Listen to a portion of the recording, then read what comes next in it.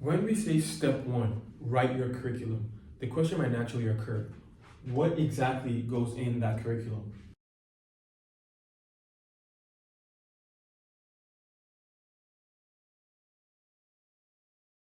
Well, a good way to think about it is starting from what do your students currently know and what should they know? And this can be anything, and this is very personalized to your course, but just ask yourself this question as a mental model. Where are my students at currently? What do they know? What does the average student know? And what do I want them to know? What should they know by the end of the program? And I recommend you break it down into 4 steps, which is that they should know 4 things by the end of my course.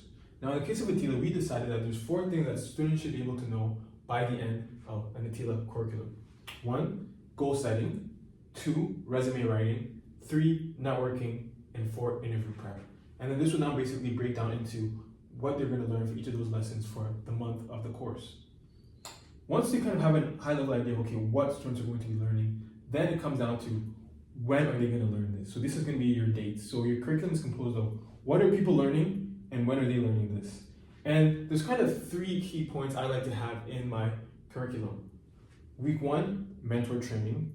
Week 2, student orientation. And then on week 3, we have lesson 1.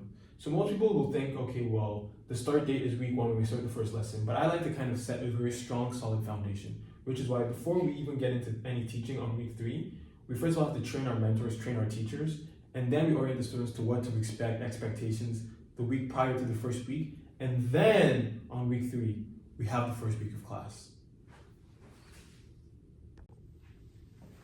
And then of course we have step 1, write your curriculum. I very deliberately chose to start with the word write for a very specific reason. When you are running an online school, there's going to be a lot of communication happening. You're going to be communicating with students, teachers, parents, supervisors, and potentially even advocates. Advocates are basically people that are supporting your cause and spreading the word about what you're doing. They like the work that you're doing. When you're communicating with all these partners, what you don't want to have is an oral chain of transmission, which means that you're constantly repeating orally what it is your program is doing, what's coming up next week, what to expect.